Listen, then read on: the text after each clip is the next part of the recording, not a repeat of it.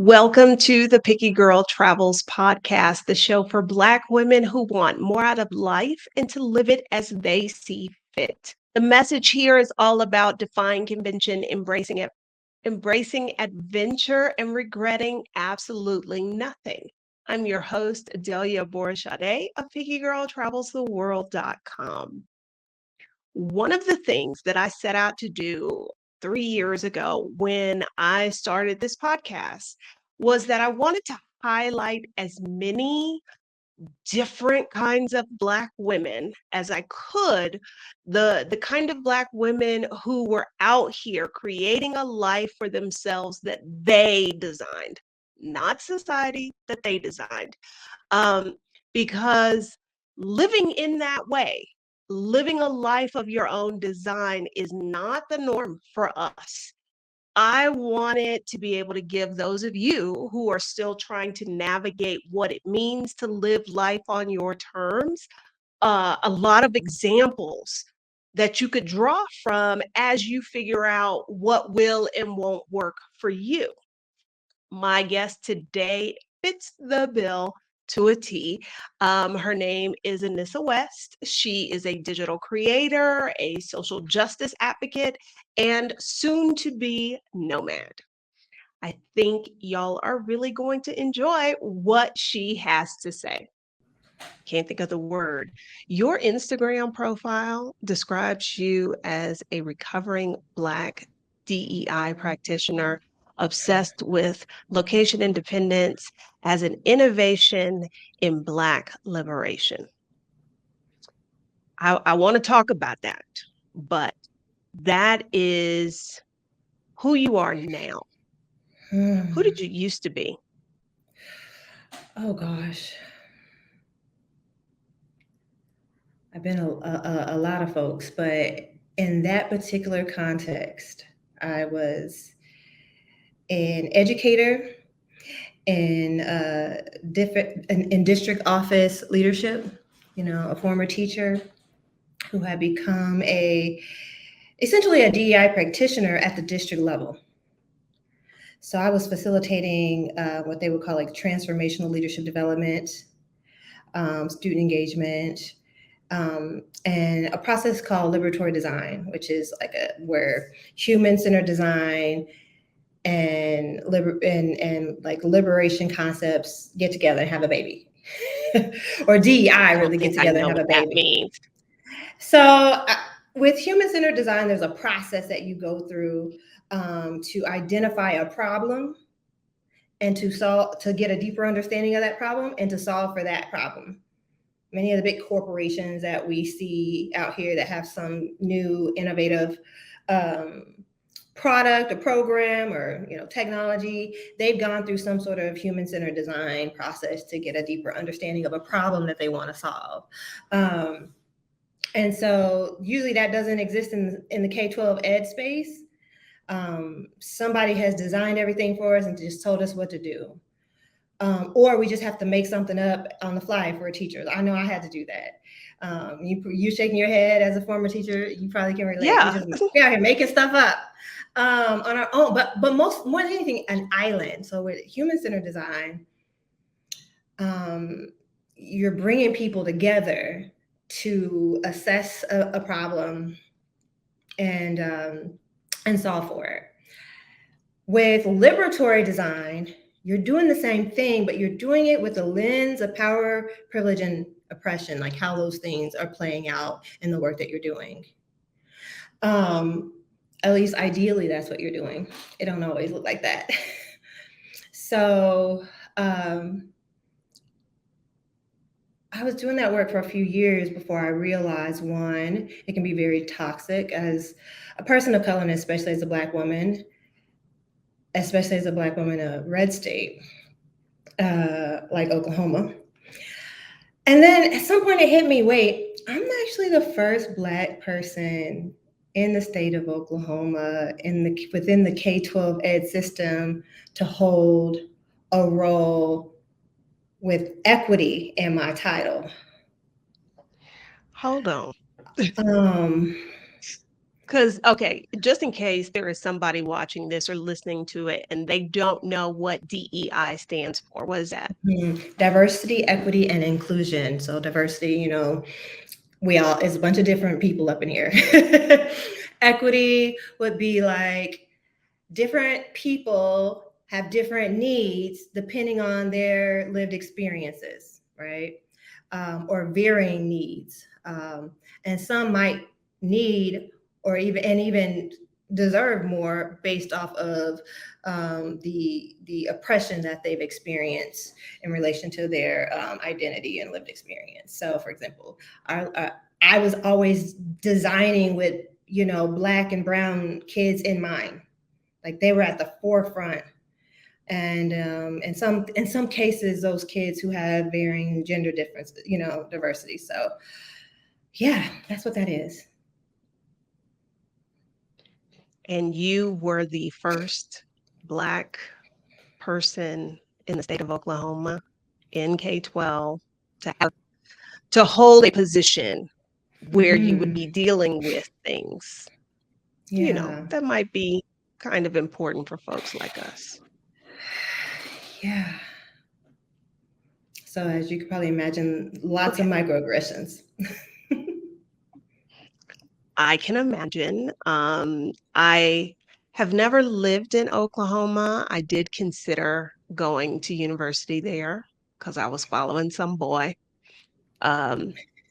But it the when I look back on my youth, boy, some of the decisions I made. But it doesn't strike me as a progressive place. It's definitely not at the top. I mean, we have some little gems here and there. Don't get me wrong. Of like, a Tulsa tries really hard to get there, but still, in many ways, light years behind other spaces. Now, you don't do that work anymore. The version of you that I know uh is like hopping around, location independence. Like, how did we get from there to here? Oh gosh. Okay, so what happened was they were stressing me out, and I don't mean that in a wagging your finger kind of way, because I'm sure some folks that I work with will see this. But I was just so stressed out that it was showing up in my body, in my joints, in my gut. And I started getting brain fog. Like I'm a facilitator, and I would be facilitating and couldn't remember what I was about to say. And I'm sure you can imagine how stressful that was and embarrassing and so on. And I decided to take a break after, not to quit, but to take a break at the end of the Tulsa Race Massacre Centennial Celebration. I don't know if you're familiar with that, but now it's like 102 years ago, I believe. I do the math because what is this? Is this 2023? Yeah. So 122 years ago, there was this massacre. And so here in Tulsa, where, white folks attacked the Greenwood community, and being a descendant of, folks who lived in that space, the Centennial was incredibly taxing on me. So the day that was over, it was like over on a Saturday. Come Monday, I was on a one-way flight to Playa del Carmen, to Mexico, to spend I think I stayed there for like 6 weeks. I had no plans. This was my first time international traveling, solo. I've been to Mexico one time for like a couple of days with my sister to a resort, but this time I got an Airbnb and no plan. Like I had an Airbnb for a week and no plan. And that gave me time to sit and think and process my experience, my desires for the future, my hopes for myself. And I thought, this can't be it. this, what I'm doing right now, this can't be it for me. There's got to be something else. Now I got to figure out what that is. Okay, so when you went to Mexico, was this your intended sabbatical, or this was just, I am on my last leg here and I need a break? I was on my last leg here and I needed a break. And I realized I had a lot of vacation time. So I emailed my boss and asked her if, and I just let her know. I said, I need a break from American problems. I told her, because she was the executive director over our district's social emotional program. So I'm like, if anybody's going to understand this, it better be her. So I sent her an email and just said, listen, I'm imploding, basically. Like I am imploding. I can't do this anymore. I need a break from American problems. I have X amount of vacation time, and I want to take a small fraction of that. A small fraction, but still a month worth of vacation time. And she was like, sure. Wow. And so this is not the question I planned to ask, but how'd you end up with so much vacation time? I just wasn't taking enough time off. I wasn't taking enough time. How much did we get? We got something like 12 days of vacation time a year. And that didn't include all the automatic holidays and stuff, right? And so they were just stacking because I was just working and working and working and just could not fathom when I would take a vacation. Like that just wasn't even computing to me. And then when I did take some vacations, they were a couple days here and there, just kind of tacked on to a weekend. They weren't enough to burn away at them, and they roll over up to a certain number, up to something like 40 something. And then they stop rolling over. So I had a lot of time. And mind you, I had 72 sick days. What? Well, I'm starting to get a better picture of why you were as burnt out as you were. Because if you had 72 sick days and you had all of this vacation leave on top of that, you were never not working. No, even before going into district office management, I was never not working. I was that teacher who didn't necessarily teach in summer school, but I was a TFA faculty advisor. So I coached the TFAs in the summer. And during the school year, I had every extra duty I could possibly have because I wasn't going to be the broke teacher, right? I was going to get every extra duty. So I was that person who organized and managed the school's plan of improvement process because that was extra duty. I was in alternative ed because that was extra duty. Special ed because that was extra duty. Department chair because that's extra duty. I was gonna get it all. And none of these things are like things you can coast through. These are all like substantial amounts of work. Okay. So Yeah. you are really, like you said, you're imploding. Your body has been telling you, girl, you need to go sit down somewhere. You need to chill. Mhm. And you finally do that. You book a flight to Mexico. And what did you what did you experience during that time? What did you learn? Oh gosh, so much. So that first week, I just kind of exhaled, right? I didn't really get to majorly enjoy the city that first year. That first week, I spent a lot of time in bed. Like I was exhausted. I learned that my emotions were bigger than I thought they were. I mean, that's what's like sitting with yourself will help you see, like, wow, like I am really an emotional wreck over the stuff that's been going on. And I knew something was wrong before, but I don't think I really understood it until I spent some downtime. And that downtime being in another country where all I have is my suitcase. I didn't have any distractions. I couldn't sit. I wasn't going to look over and say, oh, I got to clean that, because the cleaners come in every week.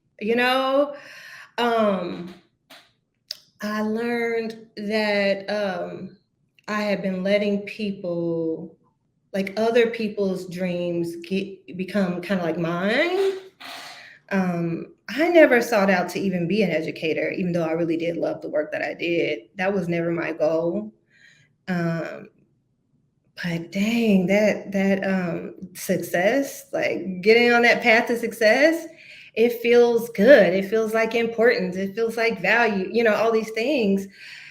And then, when I step back away from it, I realized, well, part of the reason why this feels so discomforting is because it's not what I was after. It wasn't your desire. No, I just sort of fell into it. Yeah, it wasn't my original goal. It was never my dream job. I loved it, but it wasn't it wasn't my goal. So you had this realization, this revelation that like these goals that you'd been striving for didn't belong to you. Mm-hmm. Did that lead you to consider what you actually wanted? Yeah. And yes, and honestly, gosh, just over a year later, I'm still I'm still doing the excavation of that. But what I did take stock of is that I definitely need location independence. I want to be able to get up and move around and be where I want to be when I want to be there. Um, what helped me realize that was the fact that I looked up one day and realized, wait, how did I get in a cubicle? How did I don't belong here. I want to be able to, change my mind when I want to. I want to be able to walk around outside and have easy access to water and not work 40 hours a week. Like that doesn't even compute to me as necessary. Why are we doing this? And so I started thinking more deeply about, like, okay, where was I before? Like before I came down this path, where was I going? What were my dreams when I was a kid, even, and just starting to take stock of that. And yeah, so that's how I ended up quitting my job. I quit that job. Oh gosh, I'm kind of getting off subject. No, Right? no. We're gonna talk about you quitting the job, but I want to back up a little bit to think about where you were before you kind of veered off the path and what your dreams used to be. Were you able to even tap into that? Yes.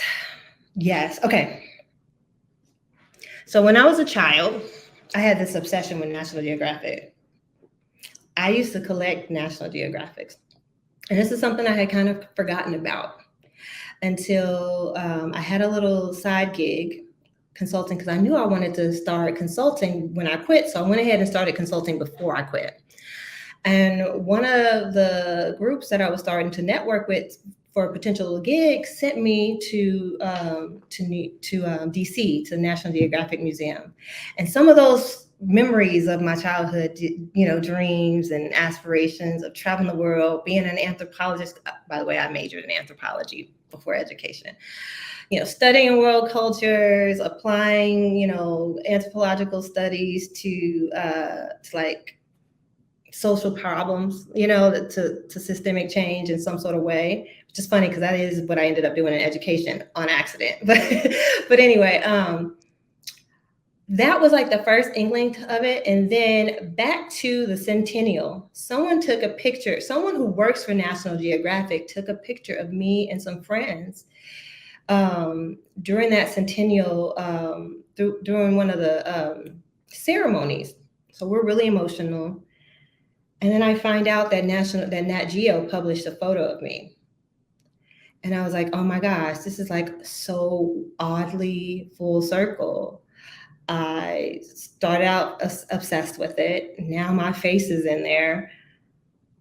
What? So I was like, okay, I might not ever become a National Geographic explorer, but what I can do is buy myself a Nikon camera, which is the official camera of Nat Geo.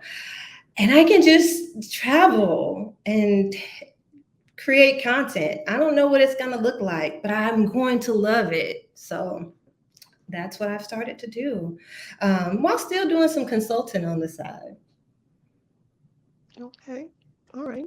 So the centennial was in 2021. That Mm-hmm. was over. You took a break. You ended up spending 6 weeks in Playa del Carmen, Mexico. Now, when you bought the ticket, when you got on the plane, was your intention to stay that long, or it was just kind of like you ended up staying that long? No, I didn't know what I was going to do. I had intended to take that long of a break from work. I had no idea Hmm. how long I would stay in Playa. Um, I was actually afraid that I might get sick again because the one time that I had been out of the country to Mexico before, I got really, really sick, and ended up in the hospital when I got home. And so, no, I did not. I literally had no plan. Like, um, my friend who was there would tell you, Raven, you know Raven. Raven would tell you my clothes Hmm. and and my luggage didn't even match. I literally just I was just gone. It was just I was like I just threw a bunch of stuff in my bag and left. I was It was like, I didn't even I might as well have not have even taken luggage. It was just a hot mess. I literally ran away with no plan. okay, hey, sometimes it'd be like that. But you did eventually take like a formal sabbatical. Mm-hmm. Okay, Yeah. so help me get from, all right, you have finally had this time where you're realizing some things about your life and that the life you're living really isn't the life that you want to be living. It's not the one you would be designing if it was up to you. And spoiler, it is up to you. Mm-hmm. Okay. So you come back from Mexico, or do you never come back from Mexico? So I came back because I had to go back to work, and we were this is pre. Is this pre-COVID? No, it's in the middle of COVID, but I had to be in Tulsa. For some reason, I had to be here. Most people were online and could just go. Middle of COVID, um, we had a lot of drama here in Oklahoma, with it being a red state. You remember during the pandemic, Republicans said one thing about COVID, everybody else said everything, something else. And then we had the racial reckoning. And so we were always having protests, and, we had Trump come to town. It was just so much that was going on. Um, After I got back, I felt like things were just getting worse and worse and worse. Um, and then you know, the idea of this new bill, House Bill 1775, which is an anti-critical race theory bill, is what they're calling it, started floating around. Now, mind you, I'm always talking about not being racist. So if I was like, "Oh, you coming for me? You coming for me? You're coming for me. You're coming for my people. You're coming for me." So I started ringing the alarm, telling people they're coming for us. And people kept telling me I'm overreacting. I was overreacting. So I was getting gaslit. I was getting gaslit by quote unquote allies. When I'm reading the writing on the wall, like, this is going to be bad. Um, in the meantime, one of my friends and colleagues was diagnosed with brain cancer. Black man who worked in talent or in talent management, or our version of human resources. Um, and I watched him deteriorate, and I knew he was not going to survive. But in those last sort of months of his life here on earth. We had some conversations about like what it might look like for me to get up out of there and why I need to make that happen. So I wanted to make sure that I quit while he was still around. And so I did. And so I turned in my resignation in December of 2021.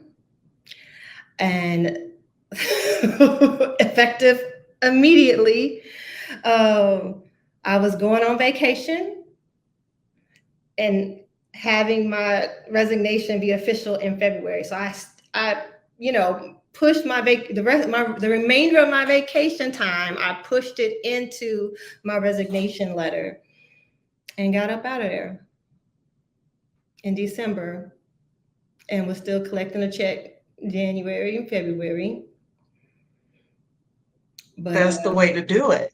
Yeah. That's the way to do it. Now, when did you go on your official sabbatical?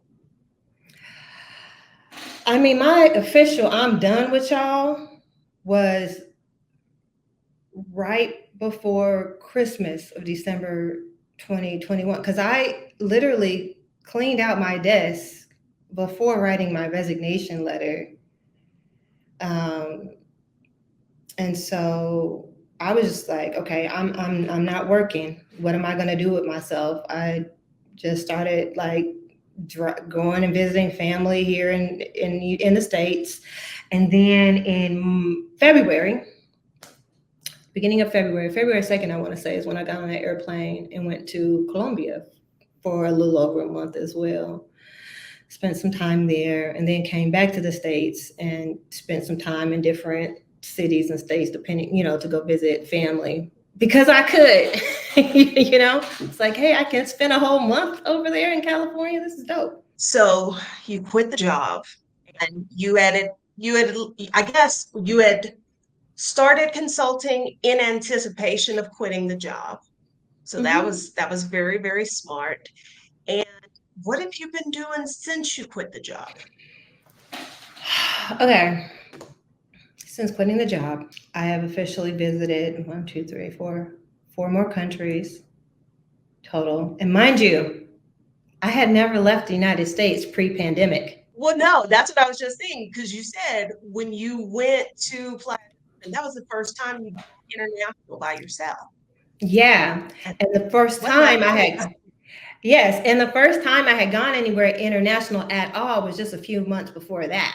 And so since then, I've left multiple times. Like I saw you in Morocco. I spent some time in DR, which was dope, doing a bachata tour because I love to dance. And so I did that. Colombia.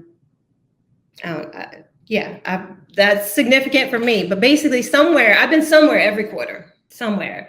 I still have a consulting business, although I took the first half of this year off. I literally just ended another low-key didn't tell nobody really, but I literally just took a second sabbatical. So I did 6 months after I quit. No, really 7 months after I quit, if you count December and January, a little over 7. And then I literally have not worked since the first or second week of January until last week, I facilitated a session here in Tulsa, a training. I love that for you. I absolutely love that. Okay, so getting back to this new version of your life, have you given some thought to whether or not what you're doing now, how you're living now, is that more along the lines of the path that you want to go? In a way. So I'm trying to think of how to explain this best. So basically, I understand that I need some flexibility. And I need breaks.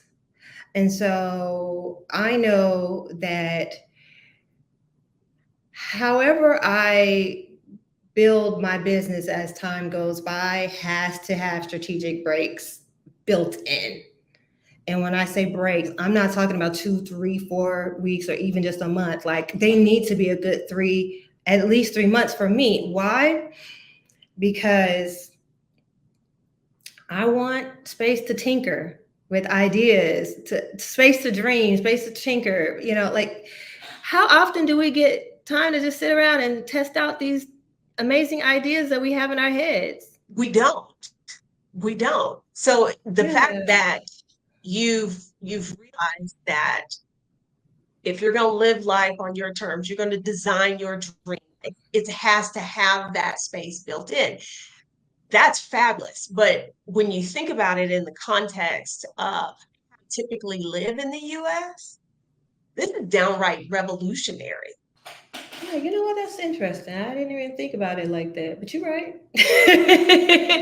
Yeah, I mean, here's the thing. I think we need to give ourselves space to get a deeper understanding of who we are and what our needs are. And then if we're going to have businesses, design our businesses around that, or design our careers around that. Who am I? What do I want my legacy to be, if I even care about what that is? How do I want to experience the world each day? What are my needs? That's the big one for me that was missing, is what my needs are. So I have ADHD and a couple other neurological differences, and I lived my entire life um, not addressing my needs, but addressing everybody else's needs. Right, my children, spouse, students, community, as a community organizer and whatnot.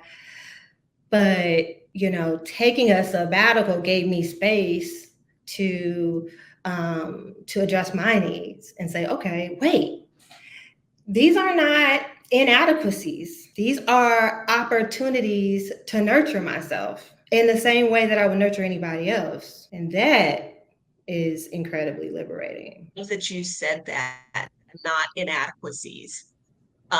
Because for me, for so much of my life, and so many people in my life telling me what was wrong with me. And it was those things that made me different than typical, the typical than the norm. Mm-hmm. And I carried that with me, like, that's what's wrong with me. And it wasn't until after I started blowing up my life and examining things. And I finally, in that examination, I finally got vocabulary for some of the things that were perceived to be detriments of who I am. And once I had the vocabulary, it was like, it's not that I'm deficient, I'm Mm-hmm. just different. And these folks ain't know what to do with that. I'm really glad you said that. Yeah, yeah. I mean, and the reality is, it's also an ongoing process too, right? So there are lots of things that I've discovered about myself in the last 6 months, and in that previous 6 months, and in that month in Mexico. But I imagine that I'm going to discover more, in the next one, because and be able to nurture myself in in a healthier way each time, right? Because I've learned, like, oh, you can actually be nicer to yourself here. You can be more gentler to yourself. You can talk to yourself. That language piece is huge. Is huge, because society tends to teach us how to talk to ourselves and about ourselves in such a negative way, and words have meaning, and it just like gets in your mind and your body and your spirit, and impacts how you move about in the world, all the way down to like what you think is possible for yourself and others, right? And so, as I say we, but as I and you, as we all continue to learn, to gain more language around, what's going on with us, I don't know, I just feel like the better armed we are to free ourselves from the BS. I'm glad you said that. Free ourselves. Now, we started this conversation with your your description, recovering DEI practitioner, obsessed with location independence as an innovation in Black liberation. So let's talk about that a little bit.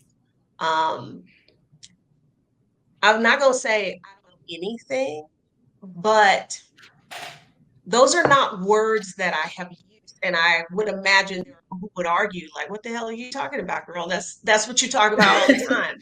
But that is not, it's not been language that I've used. So if you don't mind, you know, give us a little primer about Yeah. Black liberation, what it is, why that's what we need to be doing. Yeah. So that came to me one day when I was reflecting on the way I and also other Black people that I know were being treated, not only at work, but in the community.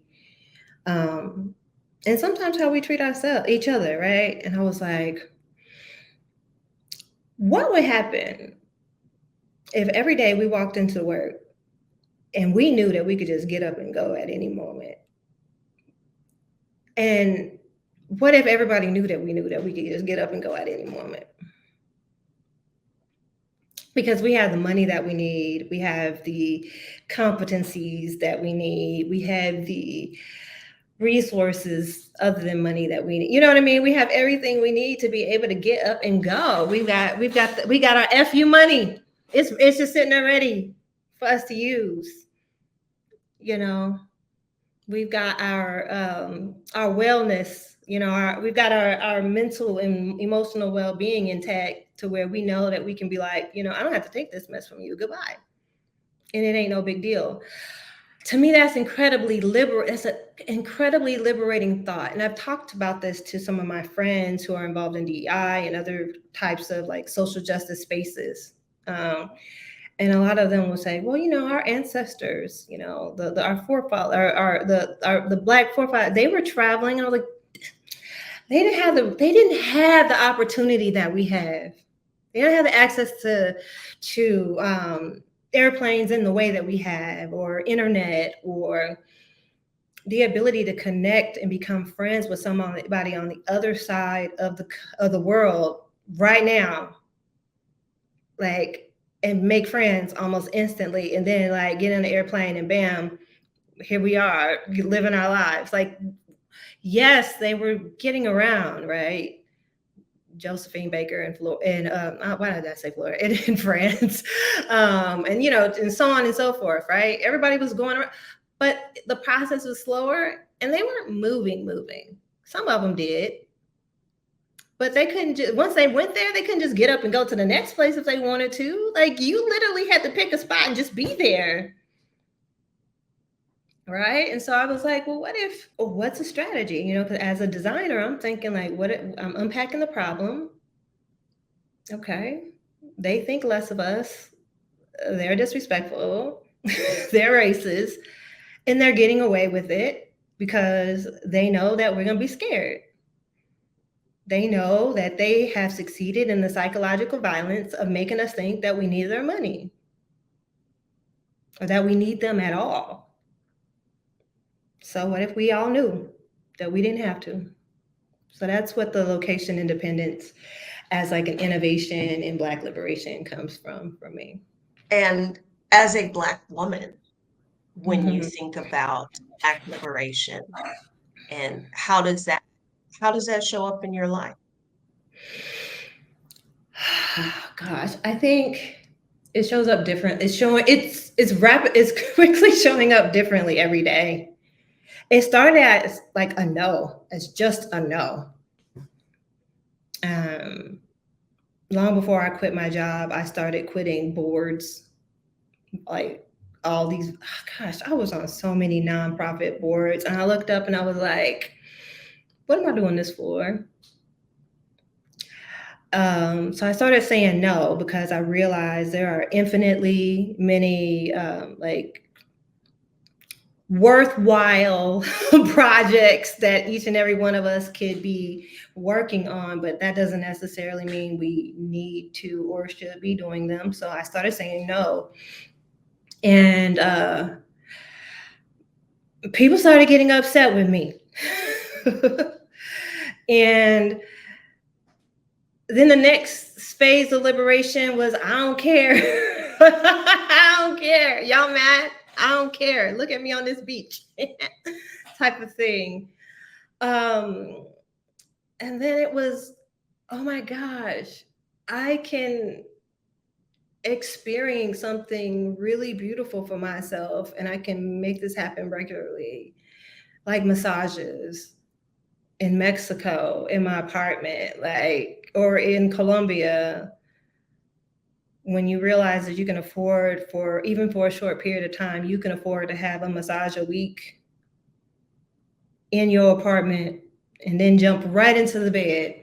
Like, that's just a beautiful thing, not just because you get to do it, but because you, for me anyway, I was able to do it without the guilt of, oh, I should be over here doing this other thing, you know. Why do you think you were able to do it without that guilt? um because at some point I started to see it all as like medicine for my own healing. Like, why do we only see going to the doctor as a part of our wellness journey? You know, um, travel can be that, massages can be that, your playtime with your friends, for whatever that looks like, can be that. Dancing is that. There's so many different. I just started expanding my definition of what healing looks like. It was funny for you say that you started by like resigning from boards and all of that. And it made me think back to I hadn't completely blown up my life yet, but something must have clicked because I remember telling a friend, I'm going to retire from public life. Like if there was a conference, I was submitting a proposal to speak and I was doing this and I was doing that. And I was like, I still have it here in my OneNote where I broke down, like, these were all of the things I agreed to do in this year. And this is how I'm going to wind down on all these things. And so even though I wasn't fully aware of what I was doing, I was already stepping back. And I feel like I got to watch some of the discoveries you made over the last year or so, through your Instagram. And it has been incredible to witness. And joyful is the word that comes to mind. Being able to see another Black woman like find herself, go through that journey of figuring out, this is what I want, this is not what I want.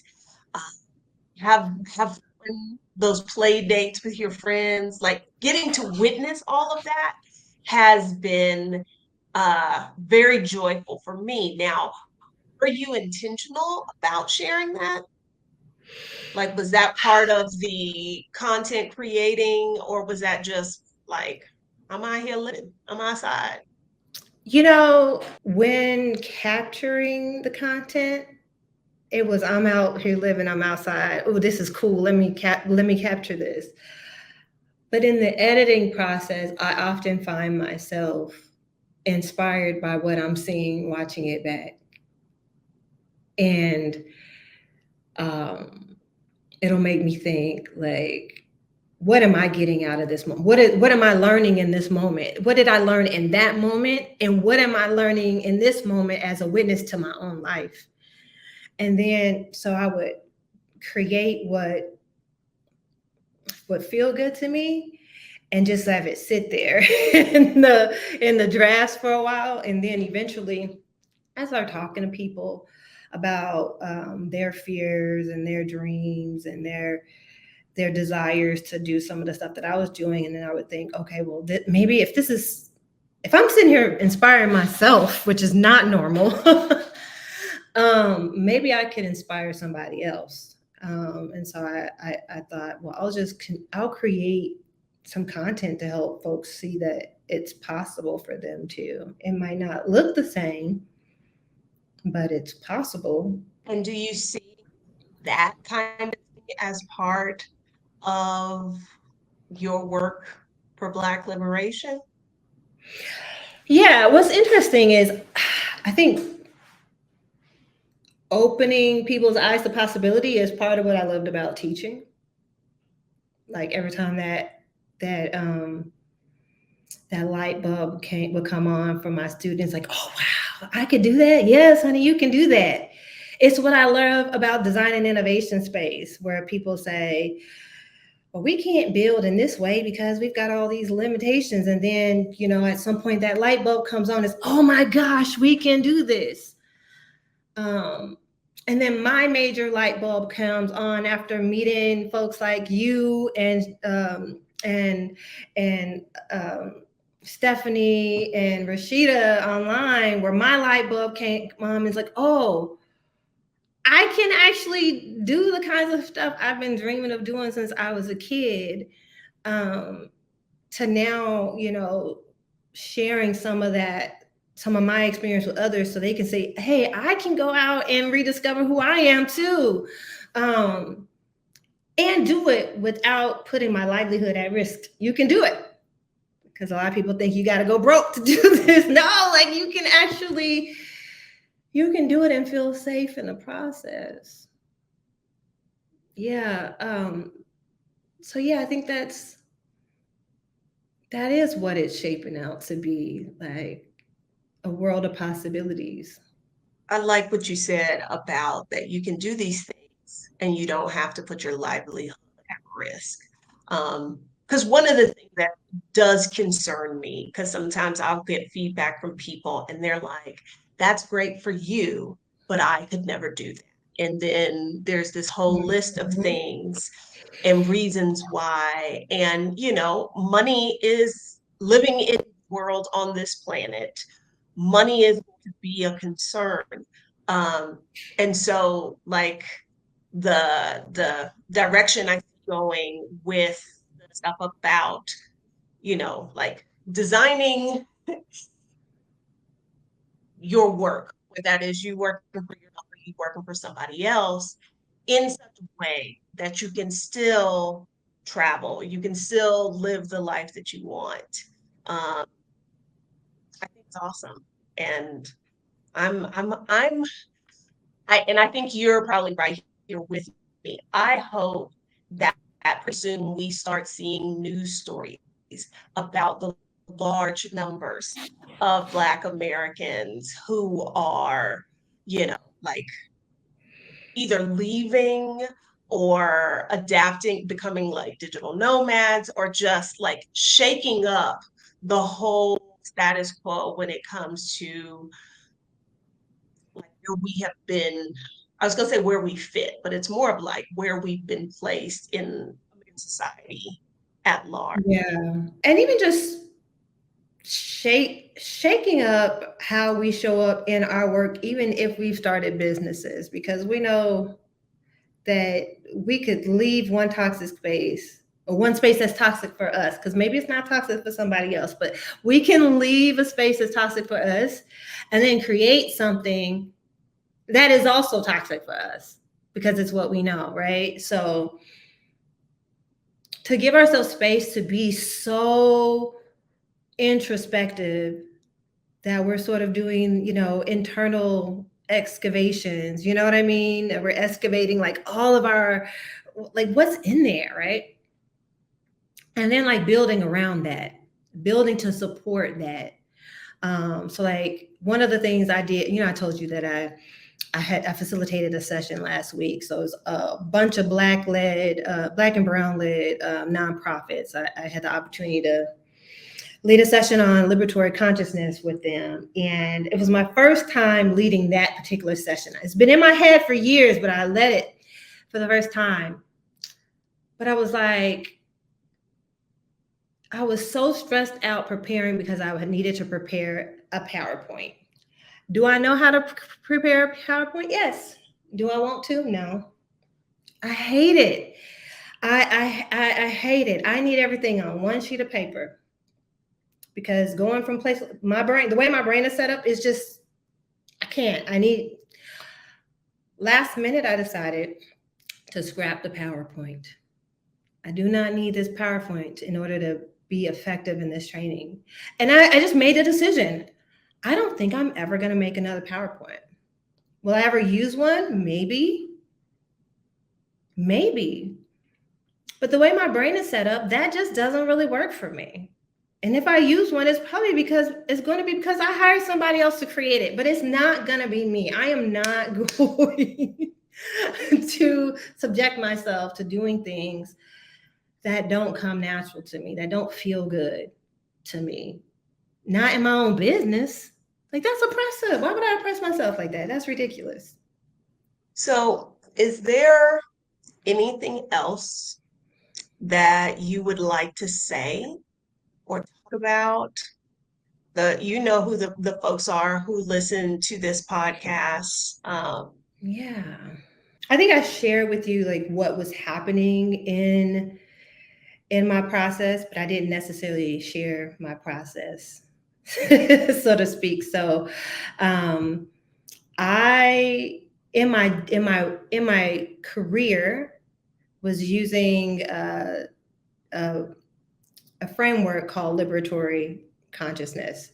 I was applying this to work.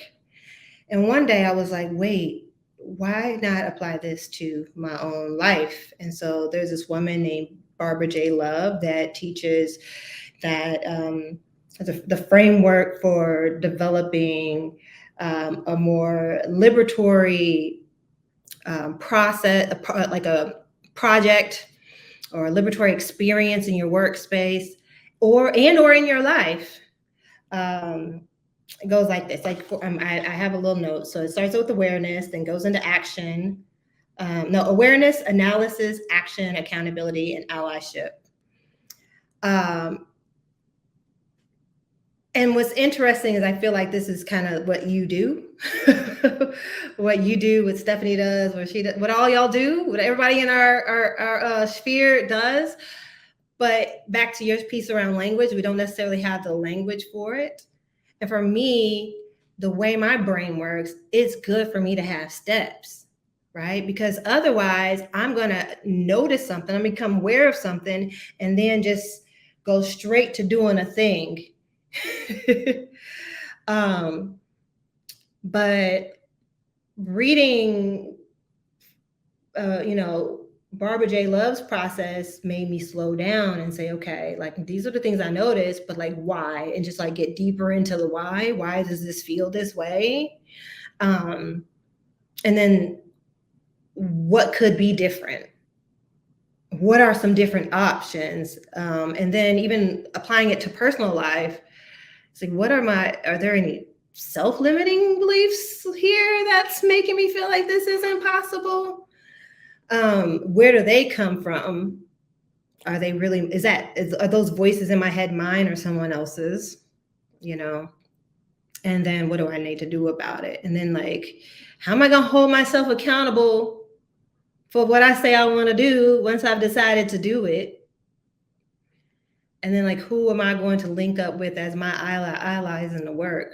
And by allies, I mean like calling up my friend, like, hey, listen, I need to get this done. I need your help, so that I can get up out of here. Y'all gonna help me drive this stuff to the storage room, All right. It's a really great read and only a couple pages long. I'm so glad that you mentioned that because I think the audience, I think there's somebody who's listening to this this is exactly the thing I needed, but also for my own selfish reasons. I've come to some realizations recently, and I'm kind of like, I don't know what to do with this. I need to change this in some way, but I was looking for like, okay, so what do I do next? So I actually appreciate you doing that. This would be the part where I ask, like if people want to connect with you, they want to reach out, blah, blah, blah. Feel free to follow me at my name, Anissa West, Anissa West.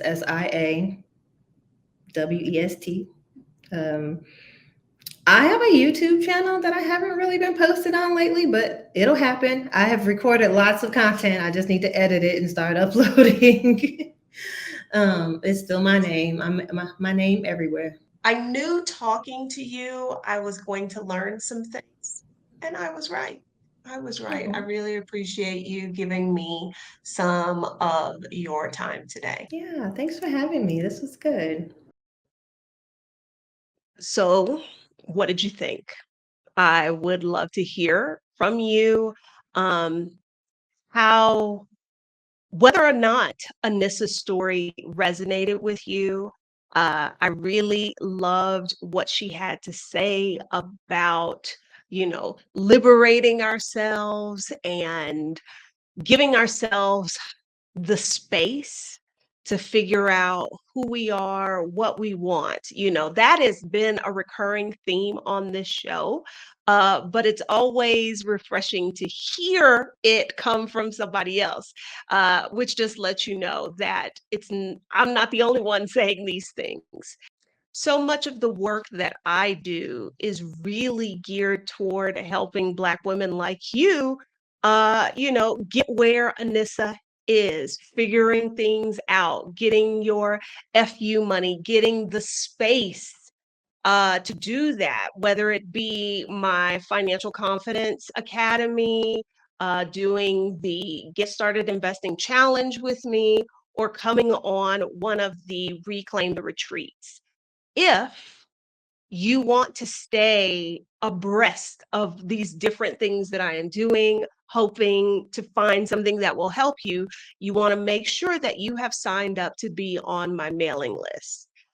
Especially because I no longer really respond to DMs on Instagram and Facebook. Getting on the mailing list is the best way to stay in the loop. You can join the mailing list if you go to pickygirltravelstheworld.com. There is a pop-up that comes up on the screen that lets you sign up, or you can join the list directly by going bit.ly/pickygirl-list. And the P, the G, and the L are all capitalized. When you use a bit.ly link, capitalization matters. Um, Thank y'all for rocking with me. And as always, if you got something from this video, this podcast, please share it with another Black woman. Don't gatekeep the goodness, sharing is caring. Okay, y'all. Till next time.